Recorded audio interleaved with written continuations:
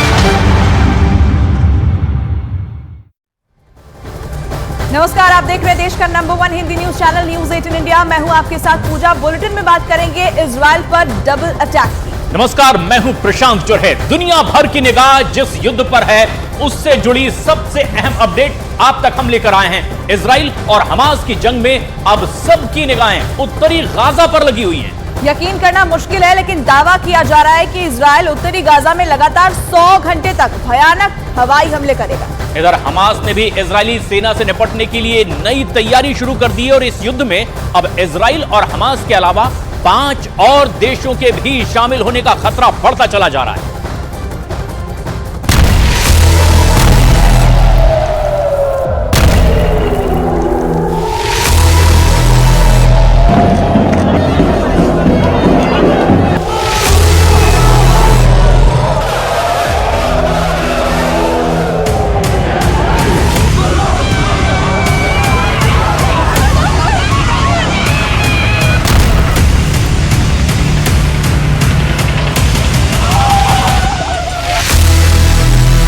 Hamas तो trailer है, Hezbollah अभी बाकी है।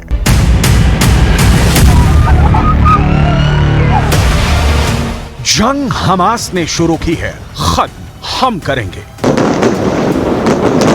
इजरायल के प्रधानमंत्री बेंजामिन नेतन्याहू गाजा में हमास के खिलाफ इस वक्त यही कह रहे हैं। 1 लाख इजरायली सेना, 2 लाख टैंक, 3000 लड़ाकू बख्तरबंद, 100 फाइटर जेट और 200 तोप उत्तरी गाजा को रौंदने के लिए आखिरी आदेश का इंतजार कर रही हैं। लेकिन सवाल उठता है कि क्या गाजा में हमास को इजरायली सेना कुचल पाएगी? क्योंकि लेबनान का आतंकी संगठन हिजबुल्लाह कुछ ऐसा करने जा रहा है जिसकी कल्पना शायद इजरायल ने भी नहीं की थी। 41 किलोमीटर लंबे और 12 किलोमीटर चौड़ी गाजा पट्टी पर जो खूनी गदर 7 अक्टूबर से हो रहा है, वहां अब हमास के साथ हिजबुल्लाह के लड़ाके जंग में कूद पड़े हैं। ये कैसा इत्तेफाक होगा कि जब उत्तरी गाजा को इजरायल रौंद रहा होगा, ठीक उसी वक्त हिजबुल्लाह के लड़ाके उत्तरी इजरायल पर अब तक का सबसे घातक और बेरहम हमला करेंगे।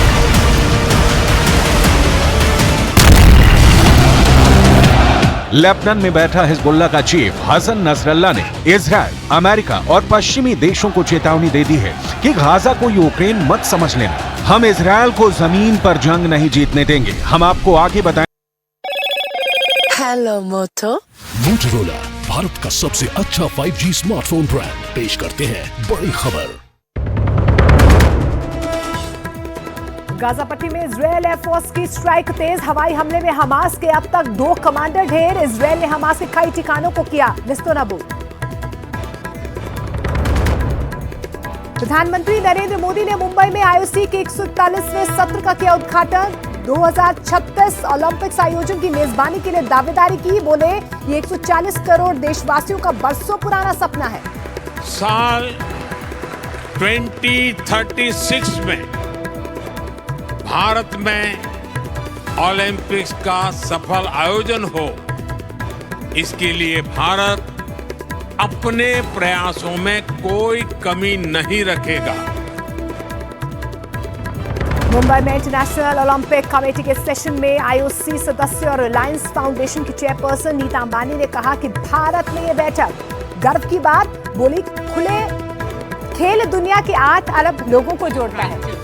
Kinder, greener, happier and more harmonious world. A shared future that unites all the 8 billion people on our beautiful and bountiful planet.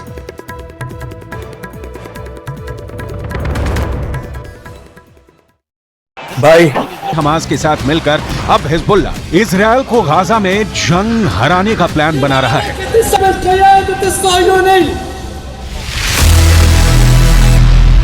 Gaza को जमीन में गाड़ दूंगा। इजरायल ने हमास के भयानक और क्रूर हमलों के बाद से हमास को जमीन में गाड़ने की कसम खा ली है। 7 अक्टूबर के बाद से गाजा और वेस्ट बैंक में इजरायल के बेतहाशा हमलों ने गाजा और वेस्ट बैंक में 25,000 से ज्यादा इमारतें तबाह कर डाली हैं। इसमें गाजा में मौजूद इस्लामिक यूनिवर्सिटी भी शामिल है, जहां हमास के इंजीनियरों को तबाही की ट्रेनिंग दी जाती थी। अब तक गाजा में 2000 के करीब फिलिस्तीनी और गाजा के निवासी मारे जा चुके हैं।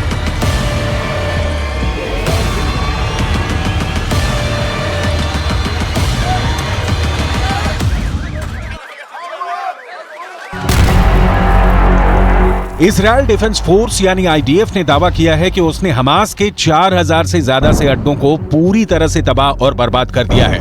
हालात ये है कि गाजा में मौजूद फिलिस्तीनी समझ नहीं पा रहे हैं कि वो हमास का आदेश माने या फिर इजरायल के प्रचंड हमलों का सामना करें।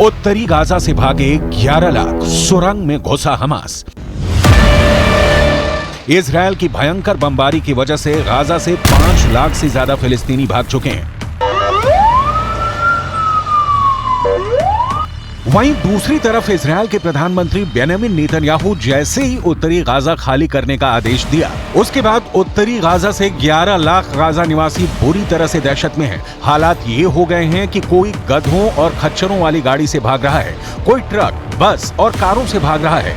उत्तरी गाजा के लोगों को इतना वक्त भी नहीं मिला कि वो अपने घरों में रखा कीमती सामान साथ ले जा सके। 2 जोड़ी कपड़ों के साथ उत्तरी गाजा की 11 लाख आबादी मौत के डर से भाग रही है। 24 घंटे पहले से ही उत्तरी गाजा तेजी से खाली हो रहा है। כבר כמה ימים תוקפים בעזה קשה מאוד כל מקום שאנחנו יודעים שיש פעילי חמאס, מנהיגי חמאס, גם אם יש מגבלות תוקפים, צה"ל עובד נכון, הוא עושה את הדברים מדויק, אבל מאוד מאוד חזק.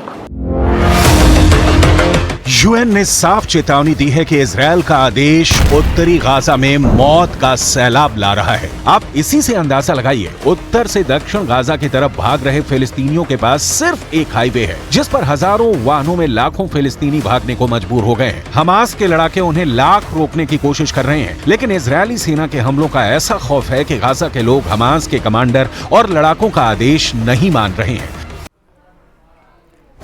तो हमास और इजराइल के बीच छिड़ी ये जंग और ज्यादा भीषण होती चली जा रही है। गाजा की तबाही और बर्बादी की हिला देने वाली तस्वीरों ने मुस्लिम मुल्कों में कोहराम मचाकर रख दिया है। इजराइल के खिलाफ जबरदस्त प्रदर्शन किए जा रहे हैं। बिहार से 4 गुना छोटे इजराइल के खौफनाक हमलों ने 22 अरब मुल्कों में गदर मचाकर रख दिया है।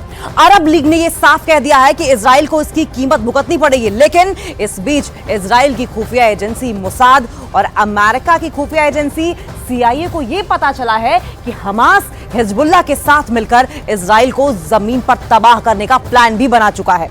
और तो और अब हमास के साथ हिजबुल्लाह को भी खत्म करने की तैयारी की जा रही है। हमास तो ट्रेलर है, हिजबुल्लाह अभी बाकी है। हमास और हिजबुल्लाह के पास 2,55,465 लड़ाके हैं। अकेले गाजा में ही हमास के पास 27,000 से ज्यादा स्पेशल सुसाइड लड़ाके हैं। हिजबुल्लाह के पास स्पेशल फोर्स स्तर के 45,000 लड़ाके हैं, जिसमें से 20,000 हिजबुल्लाह कमांडो सक्रिय हैं, जबकि हिजबुल्लाह के 25,000 लड़ाके रिजर्व में हैं। हिजबुल्लाह ने धमकी दी है कि वो इजराइल पर 1,20,000 से 1,30,000 मिसाइलों से हमला करेगा।